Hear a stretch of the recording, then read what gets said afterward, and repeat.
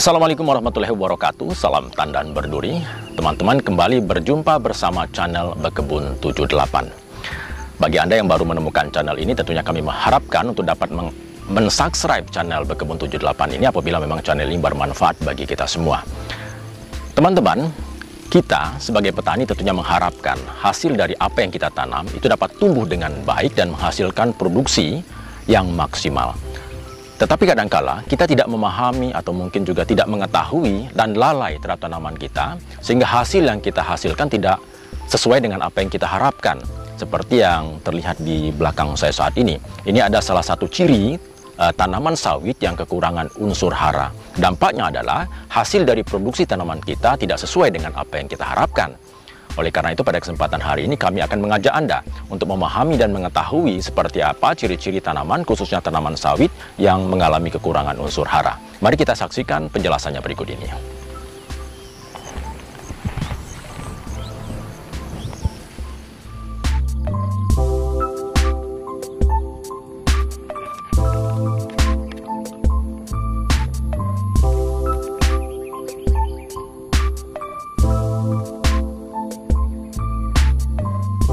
Jadi teman-teman, tanaman kelapa sawit yang kekurangan unsur hara ini akan menunjukkan gejala-gejala yang tidak sehat. Di antaranya adalah daunnya akan terlihat pucat dan transparan, di mana pohon kelapa sawit yang kekurangan unsur nitrogen itu akan mengakibatkan daunnya itu berwarna pucat, tidak hijau segar sebagaimana sawit-sawit yang dapat tumbuh subur dengan baik.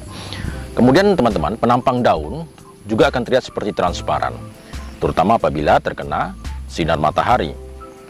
Nah, jika hal ini tidak segera ditangani, tentu pohon tersebut tidak bisa melakukan fotosintesis.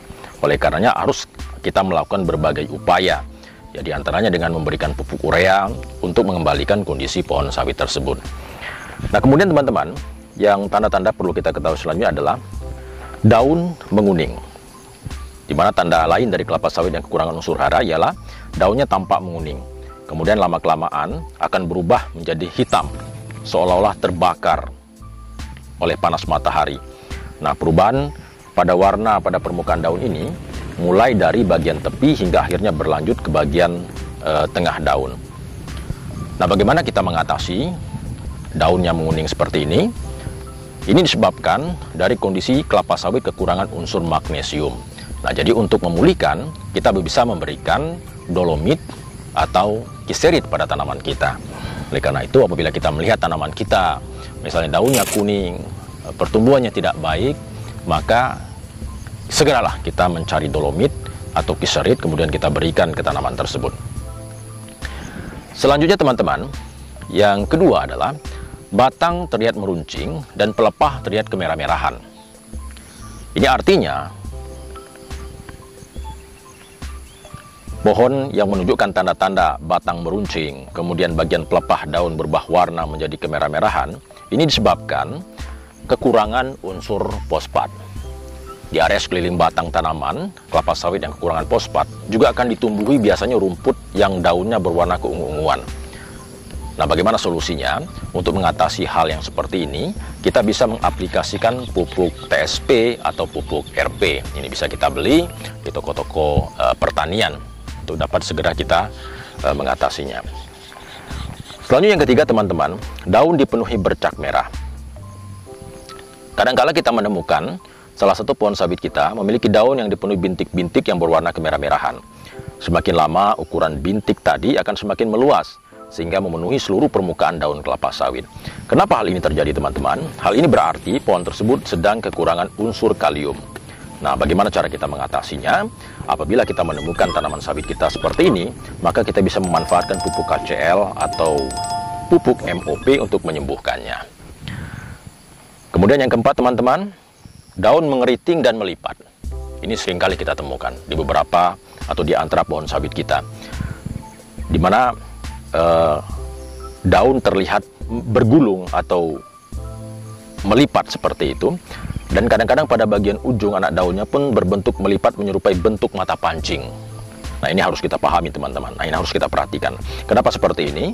Ternyata kelapa sawit yang mengalami hal ini dikarenakan atau menandakan kalau sedang kekurangan unsur boron. Nah, mengatasinya adalah dengan memberikan pupuk borets atau pupuk HGFB secukupnya. Jadi segera kita lakukan teman-teman, jangan sampai kita biarkan, karena apabila kita biarkan tanaman tadi daunnya melipat seperti itu, maka akan mengganggu pertumbuhan dan juga tentunya proses fotosintesis yang akan berpengaruh pada proses pembuahan. Nah teman-teman, pada faktanya biaya pemupukan kelapa sawit ini merupakan biaya yang cukup tinggi dalam pemeliharaan tanaman. Ini rata-rata anggaran kita untuk mengeluarkan anggaran pemupukan itu mencapai 40 sampai dengan 60%. Nah, hal ini tentunya menjadi perhatian utama serta harus dilakukan bagaimana caranya agar kita dapat melakukan pemupukan secara efektif dan efisien. Nah, tentunya kita berharap agar apa yang kita lakukan itu tepat guna. Pemupukan harus memperhatikan faktor-faktor teman-teman, seperti misalnya jenis pupuk, dosis, waktu, cara, dan juga kondisi area yang akan diberikan pupuk. Pupuk harus diberikan dalam jumlah yang sesuai kebutuhan tanaman dengan metode pada waktu yang tepat. Salah satu alternatif yang bisa dilakukan adalah dengan memberikan seperti yang kita lakukan apabila memang harga pupuk saat ini mahal, kita dapat mencoba untuk memberikan pupuk yang alternatif serba murah, yakni pupuk Ajinomoto atau micin. Nah teman-teman, telah kita saksikan tadi beberapa penjelasan dari kami. Semoga apa yang kami jelaskan tadi dapat bermanfaat bagi kita semua, sehingga apa yang kita tanam, apa yang kita usahakan itu dapat menghasilkan produksi yang maksimal sesuai dengan apa yang kita harapkan. Dan tentunya kami mengharapkan Anda dapat mensubscribe channel ini bila memang channel ini bermanfaat bagi kita semua. Demikian yang dapat kami sampaikan. Terima kasih. Wassalamualaikum warahmatullahi wabarakatuh. Salam Tandan Berduri.